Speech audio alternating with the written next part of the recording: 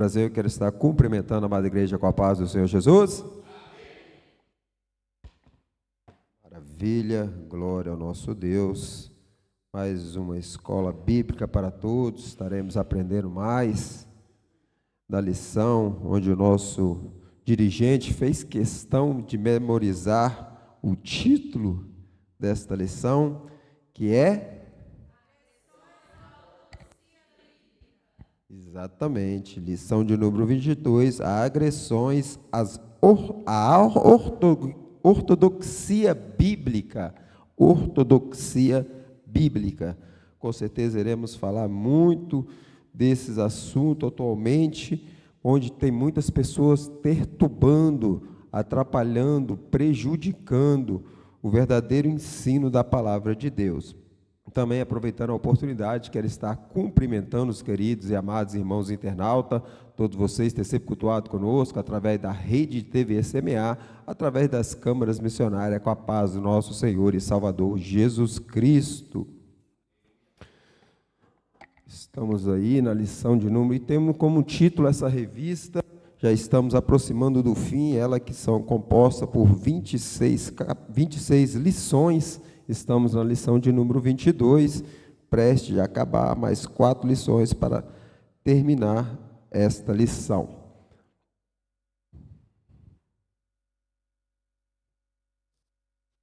Vamos lá, exatamente, boa.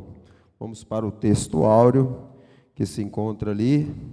Ele já foi feito, mas convém sempre, porque também baseia-se no texto áureo da lição. E o texto áureo vai nos dizer assim, esse texto áureo que se encontra precisamente no livro de Apocalipse, capítulo de número 22, o versículo de número 18. Porque eu testifico a todo aquele que ouvir a palavra da profecia deste livro, que se alguém acrescentar alguma coisa, Deus fará vir sobre ele as pragas que estão escritas neste livro. Apocalipse capítulo 22, versículo de número 18. Então, foi o próprio Jesus dizendo que o que aconteceria com quem viesse acrescentar alguma coisa sobre este livro. As pragas que estão neste livro iria sobre a vida dessa pessoa. Portanto, o quão terrível é fazer alguma coisa contra a palavra do nosso Deus.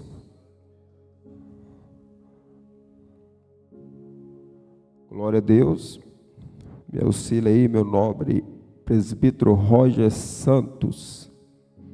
Boa. Verdade prática. E a verdade prática nos diz assim: é pecado gravíssimo adicionar, subtrair, substituir ou modificar qualquer parte da palavra de Deus. É um pecado gravíssimo adicionar, subtrair, substituir ou modificar qualquer parte da palavra de Deus. É gravíssimo, é terrível.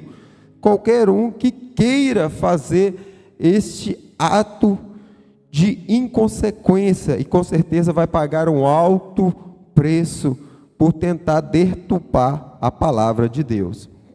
Nossa leitura bíblica em classe, ela se encontra, como já foi lida pelo nosso obreiro Rafael Ferraz, se encontra em 2 Pedro, capítulo de número 1, o versículo de número 16 ao 21, e em seguida capítulo de número 2, versículo de número 1. É uma leitura extensiva, por isso não há necessidade de estarmos fazendo.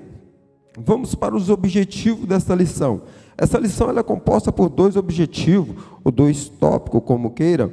E o tópico de número 1, nós iremos aplicar os meios que perturbam a completude da Bíblia.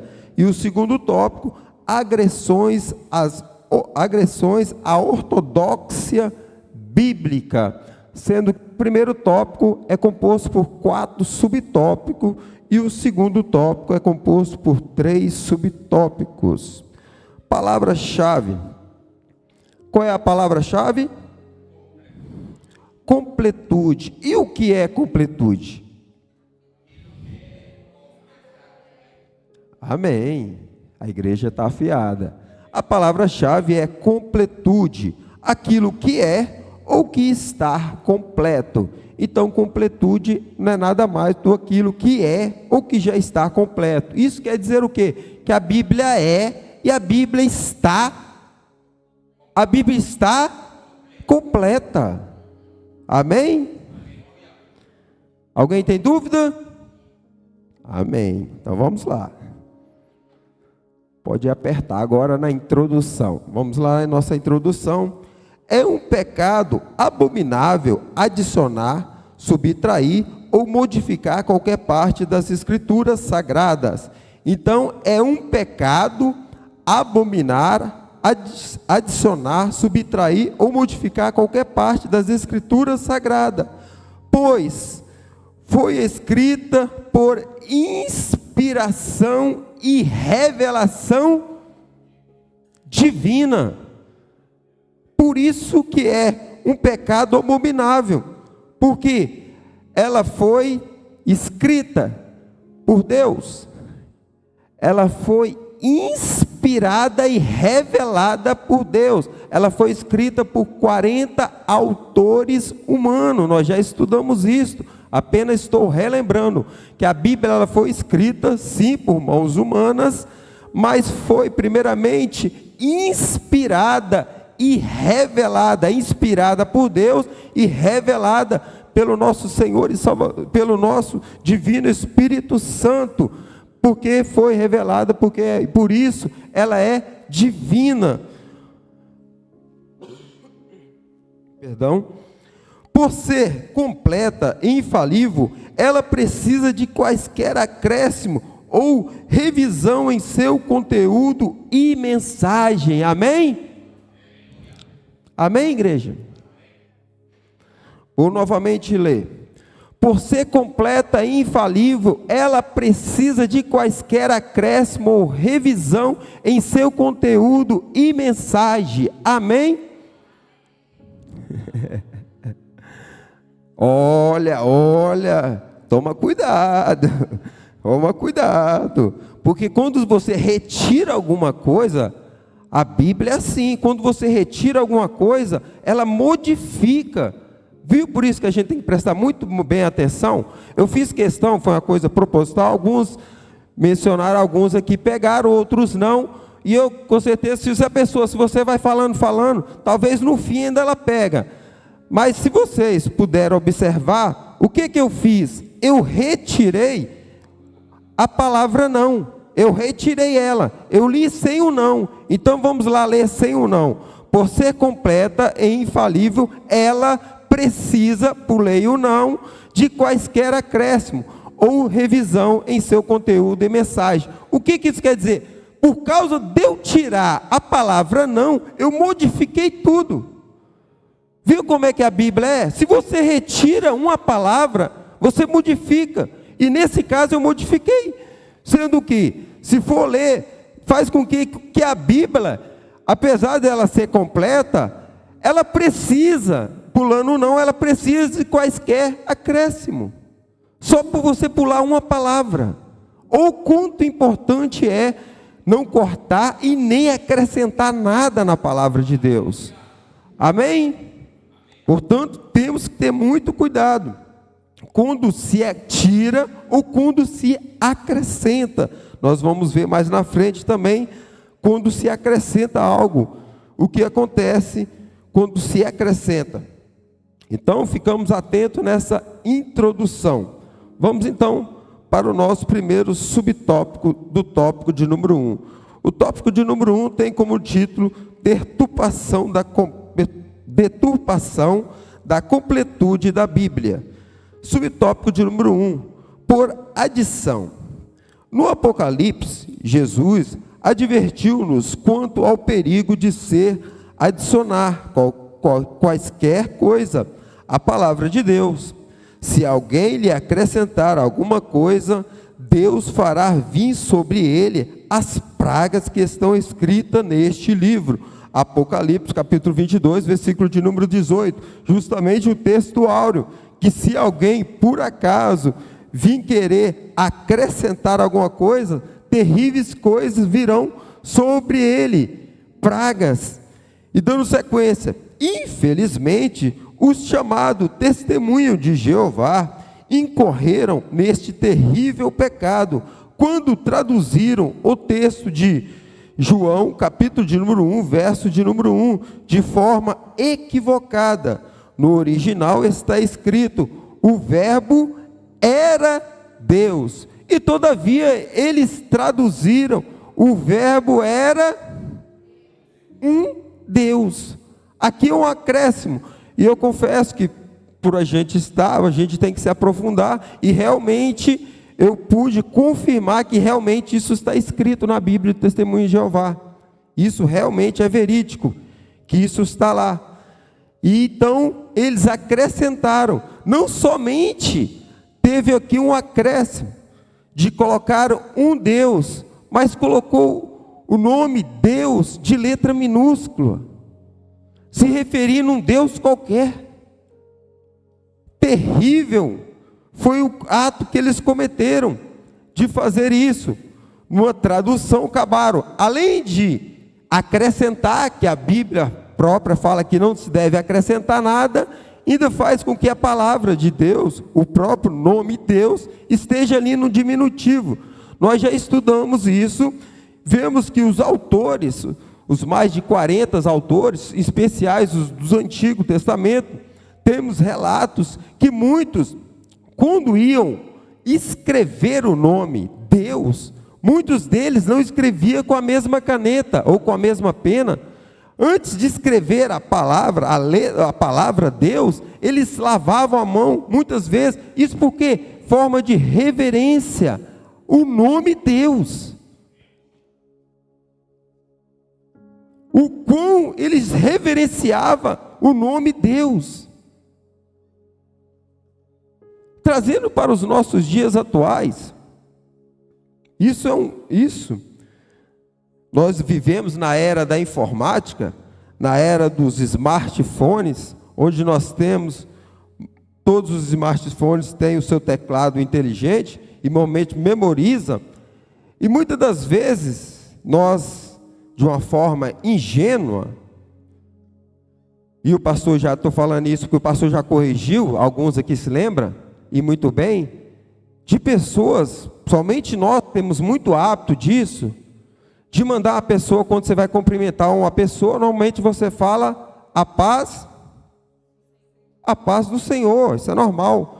Só que normalmente, já tive muitos obreiros que às vezes mandaram, já muito tempo que não acontece, mas alguns obreiros que me mandam mensagem, e quando ele me manda a mensagem, a paz do Senhor, e o Senhor ele manda minúsculo, e foi o próprio pastor do presidente que nos ensinou há muito tempo, eu automaticamente respondo a pergunta que ele vem fazer para mim, e o Senhor eu faço questão de colocar todo maiúsculo, porque se o Senhor dele é minúsculo, eu não sei, mas o meu é maiúsculo, o meu é grande. E isso, o que eu estou querendo dizer? Porque isso pode acontecer, se você tem isso no seu, para você ter uma ideia, se você já tem o hábito de mandar a paz do Senhor, repare se o seu Senhor é maiúsculo ou minúsculo, o inicial, porque você está referindo, a não ser que você esteja se referindo a uma pessoa, a um ser humano, aí tudo bem, como já me referi diversas vezes, o nosso pastor local, o nosso pastor presidente, chamando de Senhor, mas de uma forma minúscula. Agora, quando você está referindo a Deus, toma muito cuidado, amém? Então, se por acaso acontecer de você tinha esse mau hábito, de uma forma ingênua, de mandar a paz do Senhor com o Senhor minúsculo, corrija isso. Isso é uma falha gravíssima, principalmente para obreiros, conhecedores da palavra. Fique essa chamada de atenção e alerta para nós termos atenção quando for. Quer dizer, a palavra Senhor, jamais ela pode ser de forma minúscula. Pelo menos o S maiúsculo. Amém? Vamos para o subtópico de número 2 do tópico 1. Subtópico de número 2 tem como título por subtração. Diz-no o Apocalipse: e se alguém tirar quaisquer palavras do livro desta profecia, Deus tirará a sua parte da árvore da vida e da cidade santa, que estão escritas neste livro. Apocalipse, capítulo de número 22, versículo de número 19. Então está aqui, como nosso próprio dirigente disse, nosso dirigente o Gabriel, falando que é a sequência do capítulo de número 18, que é o capítulo 19, o que ia acontecer quando alguém tirava alguma coisa. O que ia acontecer? Deus simplesmente também tiraria a parte da árvore da vida e também da cidade santa, com quem retirar alguma palavra, alguma coisa da Bíblia.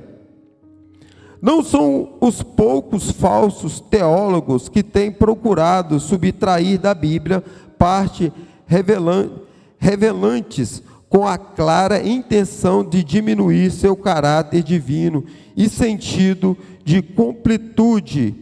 Então nós vemos que tem teólogos, como ali está dizendo na revista, ou melhor, falsos teólogos, que têm procurado subtrair da Bíblia parte relevantes com clara intenção de diminuir seu caráter divino e seu sentido completo.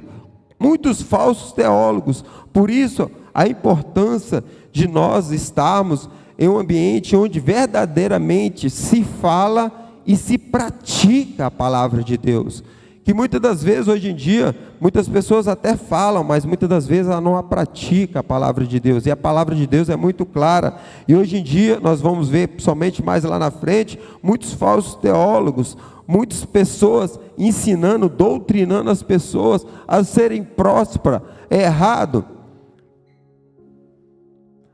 É errado se você tem a intenção de viver nessa terra, é erradíssimo. Agora, quer dizer que nós não podemos ser prósperos? Sim. O que impede do crente não ser próspero? O que impede do crente é se apegar à prosperidade. Isso é erradíssimo. O crente ele jamais pode se apegar à prosperidade. Mas ser próximo, sim, ele pode ser próximo. Como nós vemos diversas pessoas que foram muito prósperas, melhor dizendo, na Bíblia. Caso do nosso pai na fé, nosso pai na fé, Abraão, foi uma pessoa muito próspera, juntamente com o teu filho Isaque, herdando a herança do seu pai. Vemos outro homem muito próspero, José, Moisés, foi próspero. São pessoas que viveram, mas não se apegaram à prosperidade. Por isso temos que ter muito cuidado com esses falsos teólogos que verdadeiramente ficam tentando turtupar a palavra de Deus. Vamos para o subtópico de número 3 do tópico 1. Por modificação com a inocente, abre parênteses e fecha parênteses, intenção de contextualizar e adaptar a mensagem das Escrituras ao tempo pós-moderno. Certas versões da Bíblia têm modificado palavras e até frases inteiras, a fim de alterar ou, pelo menos, atenuar o sentido da palavra de Deus. Palavras como sodomitas e efeminados são retiradas e substituídas por outras mais indiretas ou amenas. Então nós vemos aqui justamente a modificação, e principalmente nessas novas versões.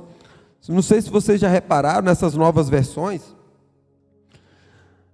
no texto, normalmente você pega um texto original, um texto mais próximo do original. As novas versões praticamente quase que não tem nada a ver com o texto original, se você assim for olhar.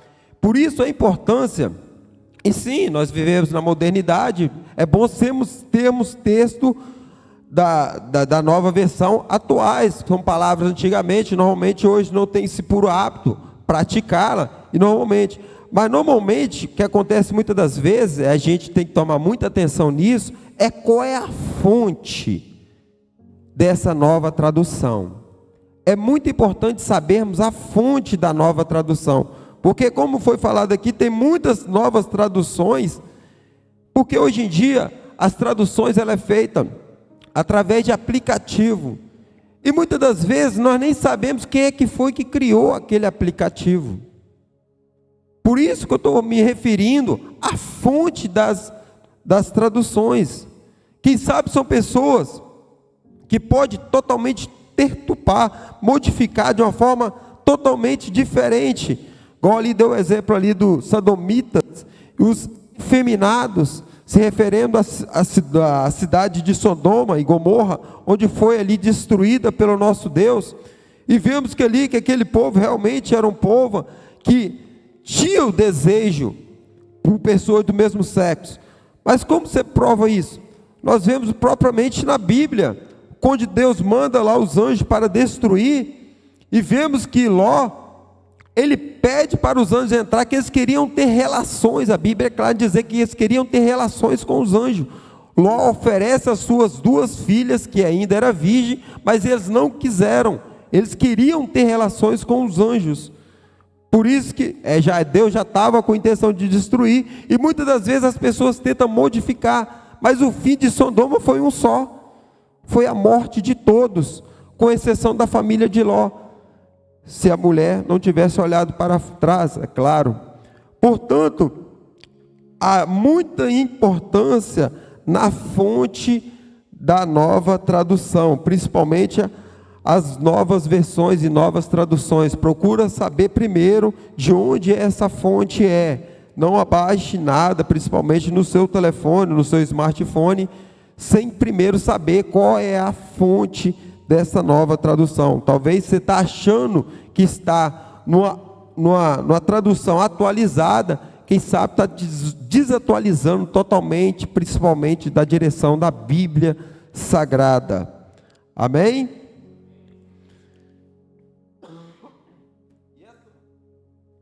E nós vemos aqui nessa mudança, e vemos que pessoas que se dizem ser de Deus, tentam mudar a Escritura. Eu separei aqui alguns textos, lá de Jeremias, capítulo de número 28, estarei lendo aqui alguns versículos. Jeremias capítulo 28, versículo de número 1, diz assim: E no 5º mês desse mesmo ano, que era o 4º ano do reinado de Zedequias, o profeta Ananias, filho de Azur, falou comigo no pátio do templo. Ananias era da cidade de Gibeão. Ele me disse, na presença do sacerdote e do povo: o que o Senhor Todo-Poderoso, o Deus de Israel, tinha dito a seguinte: eu acabei com o poder do rei de Babilônia.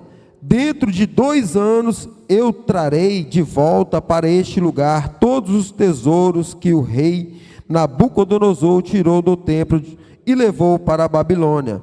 Também vou trazer de volta o rei de Judá, Joaquim, filho de Jeoaquim, junto com todos os prisioneiros que foram de Judá para a Babilônia. Sim, eu acabarei com o poder do rei da Babilônia. Eu sou o Senhor, estou falando.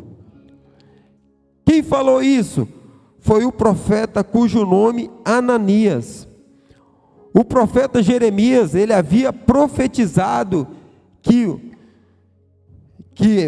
o povo de Israel passaria 70 anos cativo. Mas um profeta, no meio do povo, tentou deturbar a profecia do profeta Jeremias. E vivendo, nós se colocarmos a viver naquela altura, com certeza, aqueles que ali se estavam e ouviram a profecia desse profeta Ananias, com certeza se agradaram.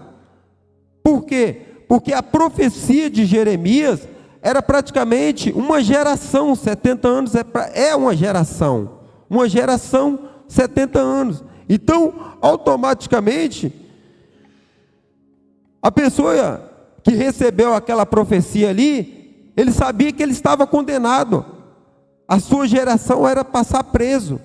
Mas veio se diz profeta, Ananias, dizendo que não, Deus não falou isso, Deus não disse isso. O que Deus vai deixar é apenas 2 anos. E depois de 2 anos, o povo vai se voltar de volta. Por isso, a importância de pessoas que realmente se diz de Deus. Como nós sabemos se a profecia ela é de Deus ou não é de Deus? Toda profecia de Deus, ela cumpriu, ela está cumprindo ou ela cumprirá. Que não é de Deus, não vai cumprir. O que o profeta Ananias profetizou, se cumpriu? Se cumpriu, igreja? Se cumpriu, o profeta Ananias profetizou e se cumpriu? De 2 anos que o povo de Israel ia ficar na Babilônia? Não, não se cumpriu. Por quê? Porque ele se julgou ser profeta de Deus, apesar que ele também pertencia ao povo judeu. Só que Deus tinha dado a profecia para o profeta Jeremias, não para Ananias. Só que ele queria amaciar o ego do povo de Israel, porque o povo já estava perecendo na mão dos babilônios, e não ia ficar 70 anos como foi profetizado por Jeremias. E ele tentando amenizar, e muitas das vezes temos que ter muito cuidado, e às vezes a pessoa achando, faz muitas das vezes essas profecias, que tentando aliviar ou massagear o ego, e acaba verdadeiramente não sendo de Deus. Vamos para o subtópico de número 4. Tem como título, por substituição. Muitas religiões e seitas dizem crer na Bíblia, mas consideram como a verdade absoluta de Deus para com o homem. No catolicismo, por exemplo, as tradições e os dogmas têm a mesma autoridade das Escrituras, conforme declaração do Concílio de Trento de 1545. Na prática, a Bíblia foi preferida pela tradição humana. Marcos, capítulo de número 7, versículo de número 13, versículo de número 13. Capítulo 7, versículo 13. Então nós vemos aqui o autor mencionar aqui um acordo que a Igreja Católica fez. Essas tradições e o dogma. Primeiramente vamos saber o que é dogma. Dogma, os preceitos inquestionáveis, próprios e mais importantes de uma doutrina religiosa. Refere-se geralmente às normas das igrejas católicas. Os discursos que são estes substantivos e discussão. Então nós vemos que dogma não é nada mais, nada menos do que norma. E muitas das vezes a Igreja Católica, aqui somente o autor está mencionando que a Igreja Católica ela criava os seus dogmas, e até cria os seus dogmas, onde as normas acabam se passando por cima da palavra de Deus, onde ali nós vemos ali um concílio de Trento. Esse concílio de Trento foi uma série de reuniões realizada pela Igreja Católica no contexto da chamada Contra-Reforma Católica para combater os efeitos da Reforma Protestante. Foi realizado entre 1545 a 1563 na cidade que dá o nome concílio. Então esse concílio de Trento, foi criado justamente depois da revolução da Reforma Protestante em 1517. Então nós vemos que foi criado, porque a reforma protestante, que hoje nós fazemos parte dela, ela foi criada e foi criando uma grande dificuldade, em especial para a igreja católica naquela época. Então o que eles fizeram? Eles tentaram de todas as formas fazer com que a igreja protestante na altura não se expandisse, não crescesse, porque eles estavam perdendo terreno. O que eles fizeram? Eles criaram essas diversas reuniões para justamente tentar aplicar o que? As suas normas, ao invés de aplicar a palavra, a Bíblia. A reforma protestante foi justamente por causa disso, porque naquela época, somente naquela época, não se tinha a prática de se ler, ou quem lia era justamente quem estava por trás, que eram os padres, era quem fazia parte da igreja católica. A população, do modo geral, não tinha acesso à palavra, e fez com que Lutero, naquela altura, em 1517, verdadeiramente se revoltasse com aquilo, que muitas coisas que nós vimos, que a igreja católica tentava aplicar, que não era verdadeiramente o que Deus queria. Foi o que foi criado a Revolução Protestante. E verdadeiramente o que a igreja católica, ela zelava por mais pelas suas normas do que verdadeiramente pela palavra. Um grande mal da igreja católica foi justamente zelar mais pelas suas normas, pelas suas diretrizes, do que pela palavra, do que viver e aplicar a palavra, porque ele sabia que não havia, ou melhor, ele sabia que o entendimento da palavra, que o próprio Senhor diz na tua palavra, que ele vai dizer: conhecereis a verdade, e a verdade vos libertarás. Então, para libertarmos, nós temos que primeiro que conhecer. Mas se quem está por trás que conhece não quer que as pessoas conheçam, como as pessoas vão ser libertadas? Não tem como haver libertação se não houver o conhecimento.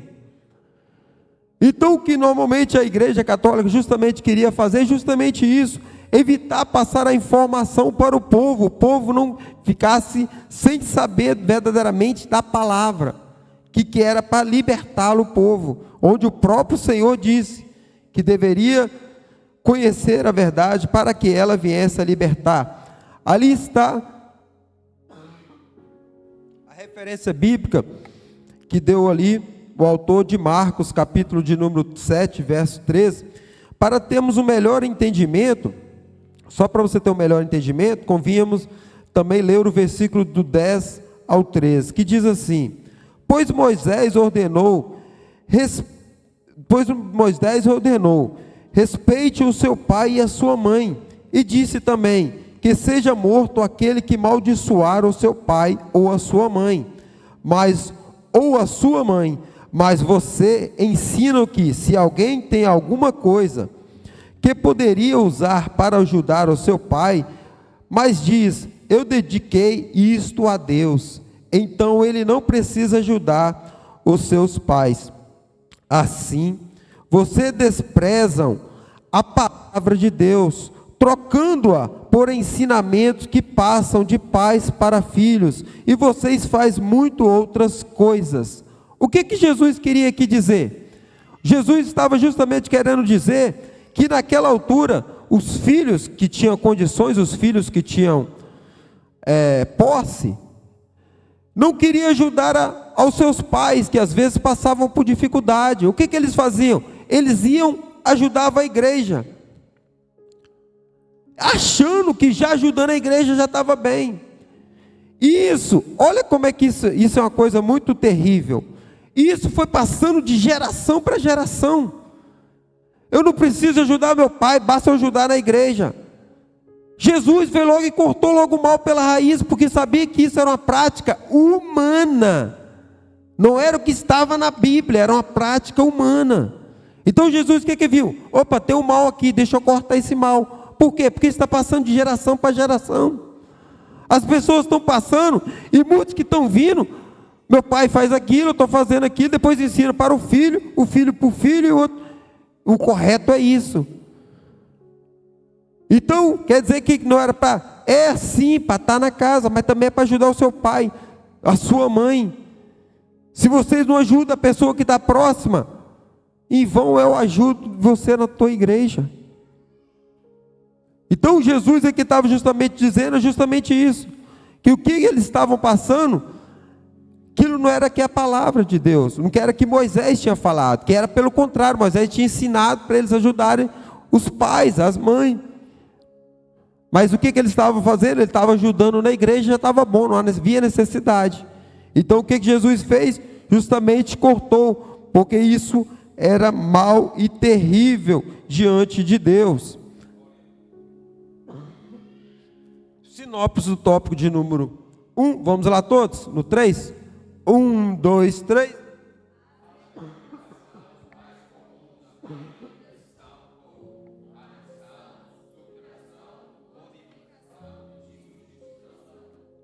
Aleluia. Então está aí o primeiro tópico, com os seus títulos de cada tópico, sendo o primeiro a adição, o perigo de acrescentar verbos em acrescentar algo, como nós vemos lá em João 1:1 da igreja Testemunho de Jeová, que tem como, ao invés de estar o verbo era Deus, o verbo era um Deus, ali na adição. Na subtração, o perigo em tirar palavras da Bíblia. Deus tirará a sua parte do livro da vida da cidade santa. Então, um perigo muito grande em subtrair, em retirar alguma coisa, porque também Deus retirará do livro da vida e também da cidade santa. A modificação, nós vemos o perigo das novas traduções bíblicas, procurar saber a fonte da tradução. É muito importante saber, nas modificações, qual é a fonte dessa tradução. E por fim, a substituição, o perigo de substituir o que nela está escrito, como havia falado agora, nesse aqui, onde o próprio Jesus deu o exemplo lá de ajudar, em vez de ajudar, no caso, estava ajudando o povo, estava ajudando a igreja, esquecendo do seu próximo, quer dizer, dos seus pais. E aí Jesus corrigiu isto. Vamos agora entrando no subtópico de número, no tópico de número 2 do subtópico de número 1, que nos diz assim, o tópico de número 2, agressões à ortodoxia bíblica. Subtópico de número 1, o livro dito e revelados. Muitos autores de obras teológicas têm mais objetivos comerciais do que espirituais. Alguns, inclusive, alegam ser possuidores da última revelação divina. Entretanto, seu livro não passa de enganos, de engodos, evidências graves e distorções da palavra de Deus. Então nós vemos aqui, nesse tópico de número 1, nesse subtópico de número 1 do tópico 2, os livros dito revelações. Hoje em dia, nós vemos, como o próprio autor ali vai falar, da revista, muitas pessoas que se dizem ter a última revelação divina. Muitas pessoas se acham que têm a última revelação, como Paulo foi o autor das cartas, também temos diversos autores, e muitas pessoas se consideram o último, como ali colocou ali, entre parênteses, a última revelação divina. Alguns, inclusive, alegam ser possuidores da última revelação divina. Pode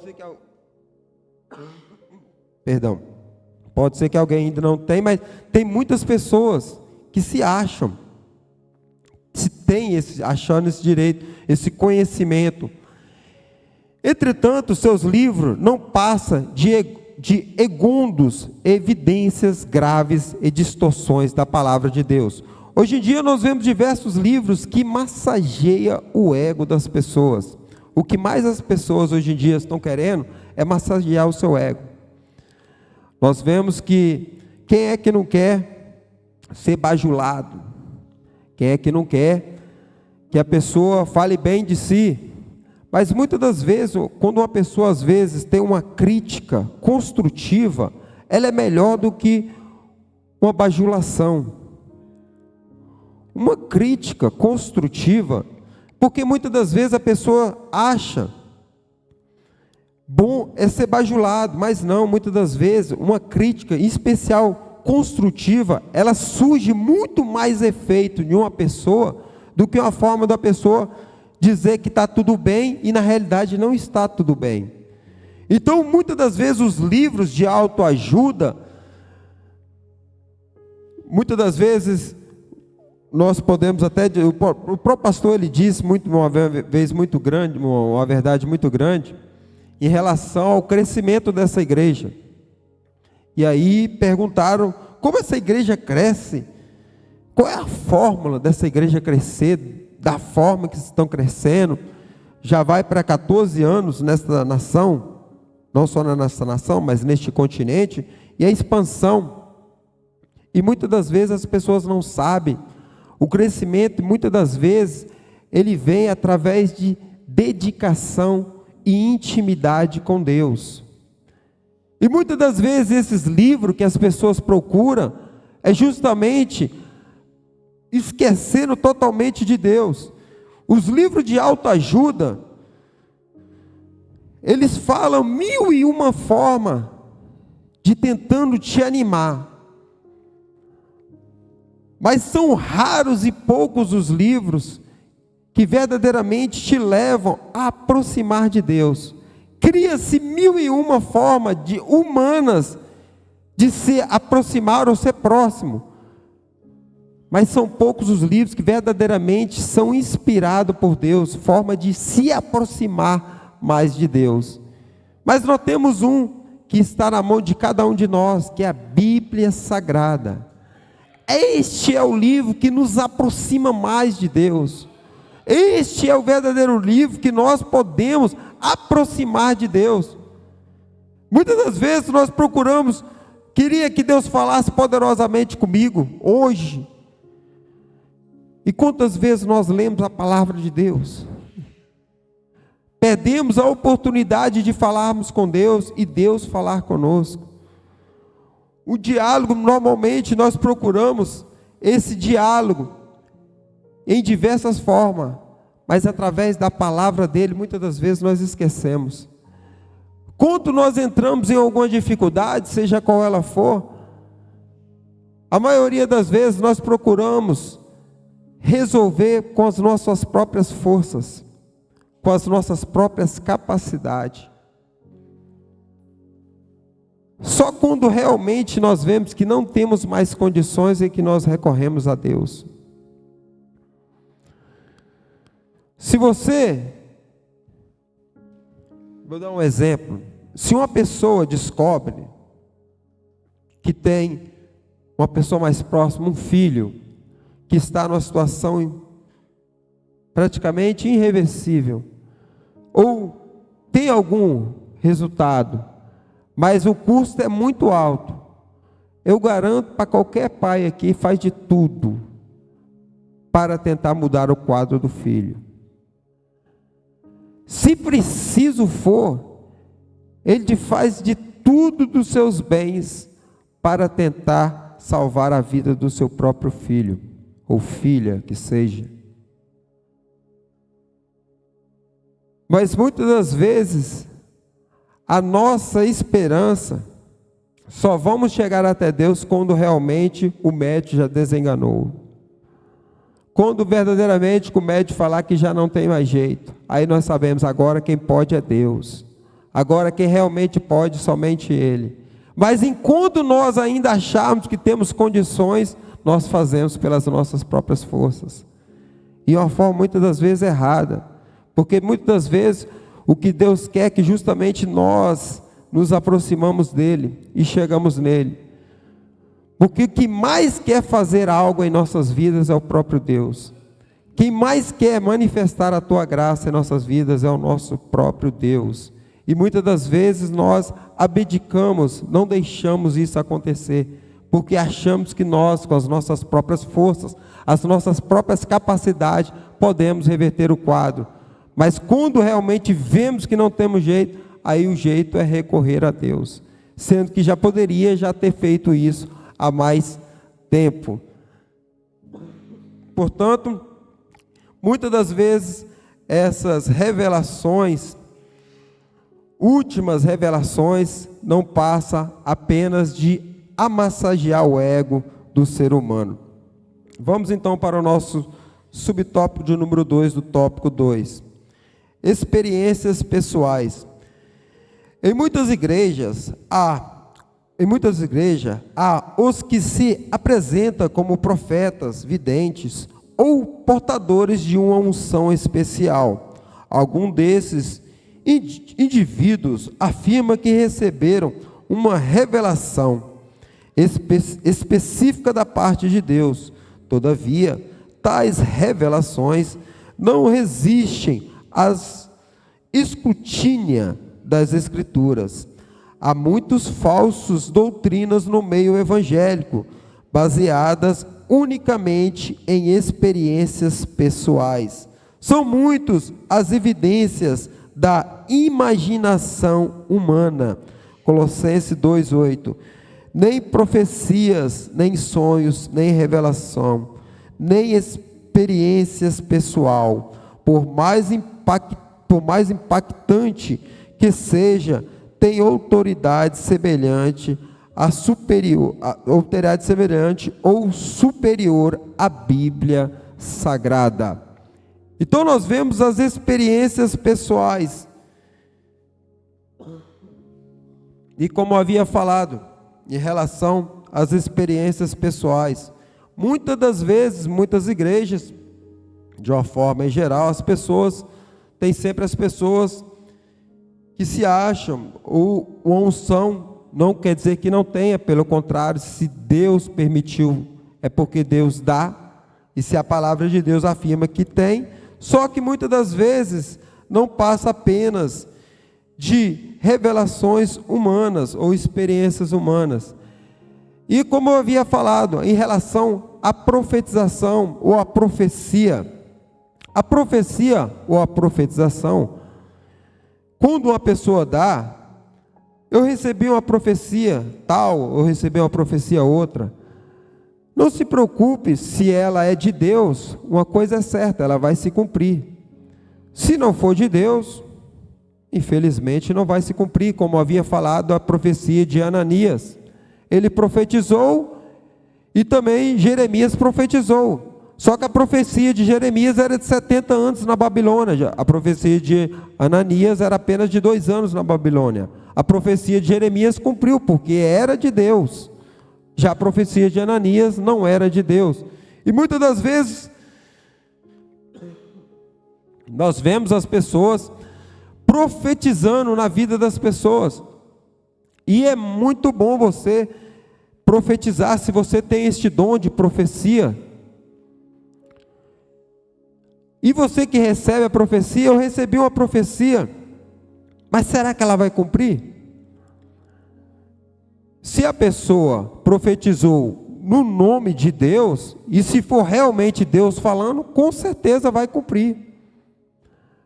Mas não cumpriu ainda, já passou tanto tempo, a pessoa falou quando seria o tempo, porque muitas das vezes a pessoa profetiza dizendo, daqui ano que vem você vai ter X tal, acontecer X coisa na sua vida, você aguarda a profecia, se aquilo realmente aconteceu, porque realmente foi de Deus, se não aconteceu, automaticamente não era de Deus. E muitas das vezes a profecia acontece isso, se realmente é de Deus, ela com certeza vai se cumprir. Está ali a referência bíblica, Colossenses capítulo de número 2, versículo 8, que vai nos dizer assim: tenha cuidado para que ninguém os torne escravos por meio de argumento sem valor, que vem da sabedoria humana.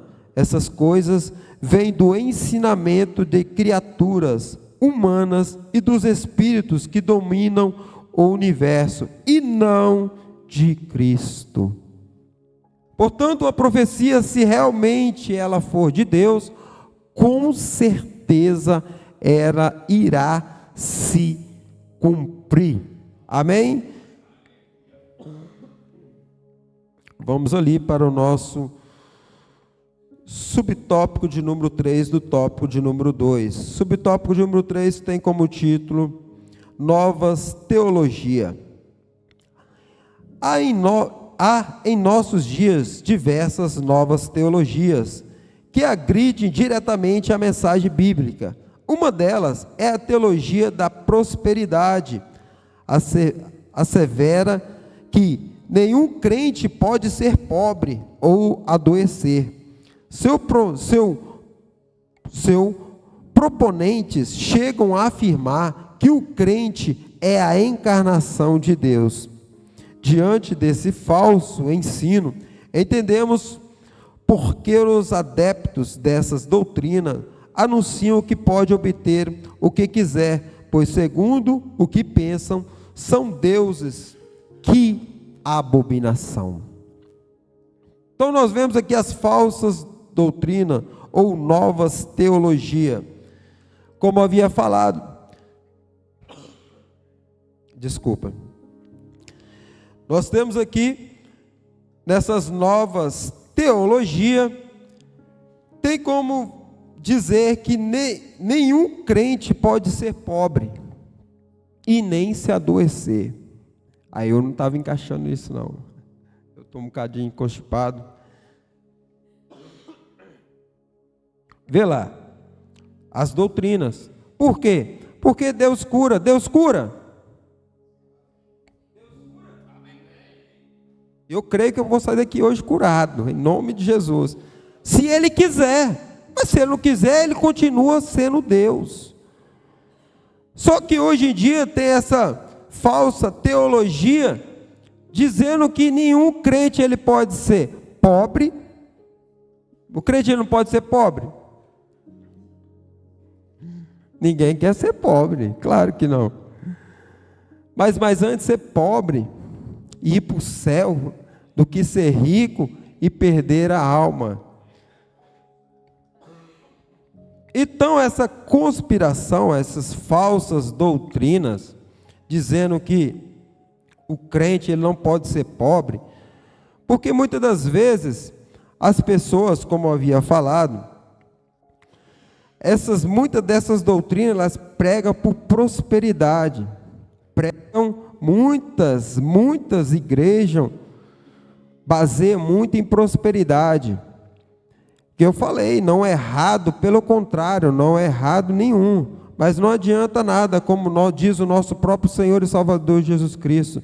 O que adianta ganhar o mundo inteiro, mas perder a sua salvação? Nada disso adianta, ganhar o mundo inteiro, mas perder a sua salvação. Portanto, em relação à pobreza e em relação à doença, como diz, a Bíblia não é clara o suficiente para nos dizer o que realmente tinha o apóstolo Paulo, mas o apóstolo Paulo ele se queixou de Deus, que ele tinha um espinho na carne. Muitos falam, diversos teólogos dizem por ele ter sido apedrejado, outros criam diversas formas esse espinho na carne, mas ninguém chegou à conclusão do que realmente foi o que Paulo tinha.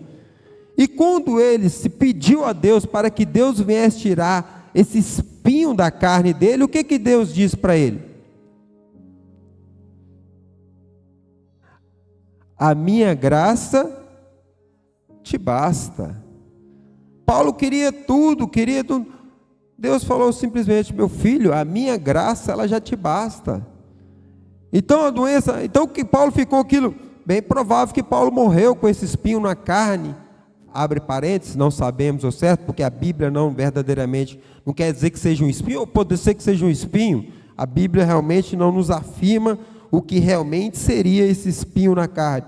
Mas quando Paulo vai se queixar diante de Deus, desse espinho na carne, disso aquilo que estava incomodando, Deus vira-se para ele e fala, meu filho, a minha graça, ela já te basta.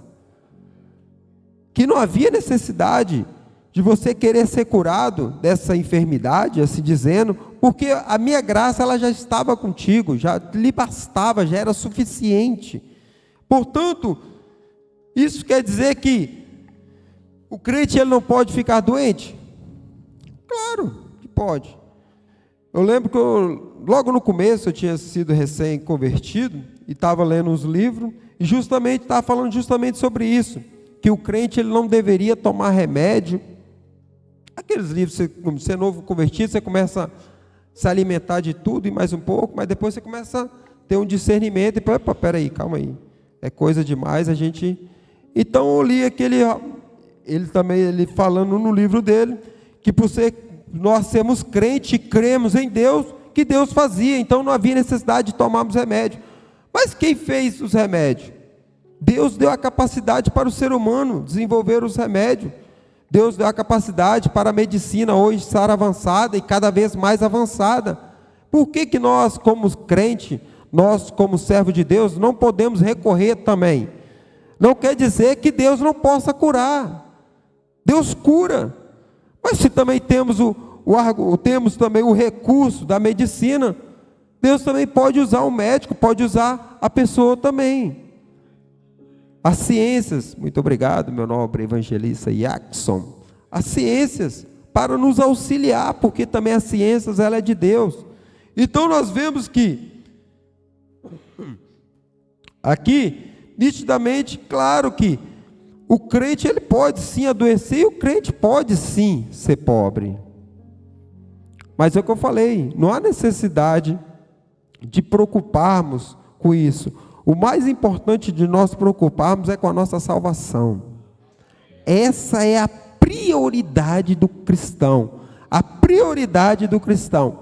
Você lembra quando a multidão, a Bíblia diz que a multidão ia ter com João Batista no deserto? E era muita gente, e era gente financeiramente. E a pregação de João Batista era uma só: arrependei-vos. Era a pregação forte, de arrependimento. João Batista levava multidões, a Bíblia diz que ia multidões atrás de João Batista. Mas João Batista não massageava o ego de ninguém, não. Pelo contrário, João Batista batia muito forte. Batia em quê? No arrependimento. Até no rei. O rei Herodes, João Batista bateu nele e falou: meu filho, essa mulher não é tua não, essa mulher é do teu irmão. Você está pecando. Herodíado ficou doido, queria matar João Batista. E matou, né?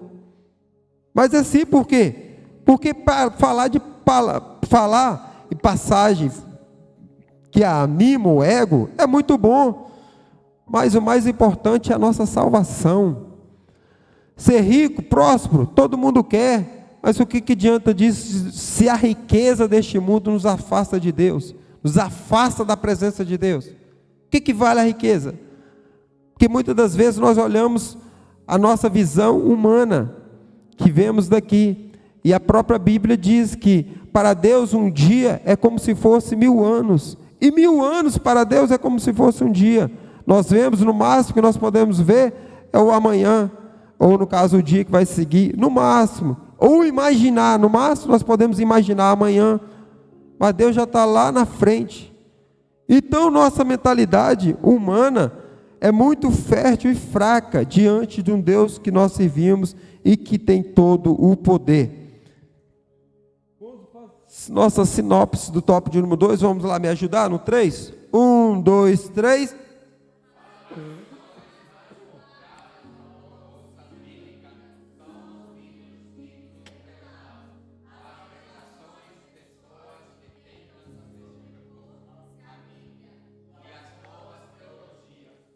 Amém, glória a Deus. Então nós vemos aí a sinopse do tópico de número 2, é justamente se referindo todo aquilo tópico a qual nós falamos, desse tópico de número 2, sobre as agressões mais populares das ortodoxia bíblica. São os livros ditos revelados a revelações pessoais que tentam sobrepor-se à Bíblia e às novas teologias. Agora vamos entrar na conclusão. Nossa conclusão diz-nos assim: a Bíblia é sem igual. Não existe outro livro sequer semelhante a ela. É o livro dos livros. É a inerrante e completa palavra de Deus. A ela não se pode acrescentar ou diminuir absolutamente nada. Quem assim o fizer estará sob pena de maldição. Então nós vemos que a Bíblia ela não pode ser tirada nem sequer uma vírgula e muito menos um ponto ou um tio, porque está sobre pena de maldição. E nós vemos as maldições que podem vir sobre a pessoa. E muitas das vezes, como eu havia falado, muitas das vezes as pessoas acabam tentando, de uma forma ingênua, tentar tirar alguma coisa. Eu considero que é uma forma ingênua, porque uma pessoa em sã consciência não faria. Mas sabemos que nós vivemos num mundo que é um mundo também espiritual, e tem muitos agentes de Satanás tentando disturbar a Bíblia, tentando enganar as pessoas, como os falsos profetas, aqueles que verdadeiramente estão vindo para tentar enganar, vindo de falsos pastores, mas verdadeiramente são lobos devoradores, tentando de todas as formas tragar as ovelhas. Portanto, nós, como ovelhas do nosso Senhor e Salvador Jesus Cristo, viemos ter cuidado e muita atenção com se trata da palavra de Deus. Leiamos, praticamos e vivenciamos a palavra de Deus. Amém? Que Deus assim vos abençoe poderosamente, que Deus assim possa nos orientar a cada vez mais a vivenciar essa palavra a cada dia. Quero convidar aqui o nosso pastor Sanzuelmo Soares, a qual estará dando continuidade ao trabalho desta noite. Que assim Deus vos abençoe em nome de Jesus.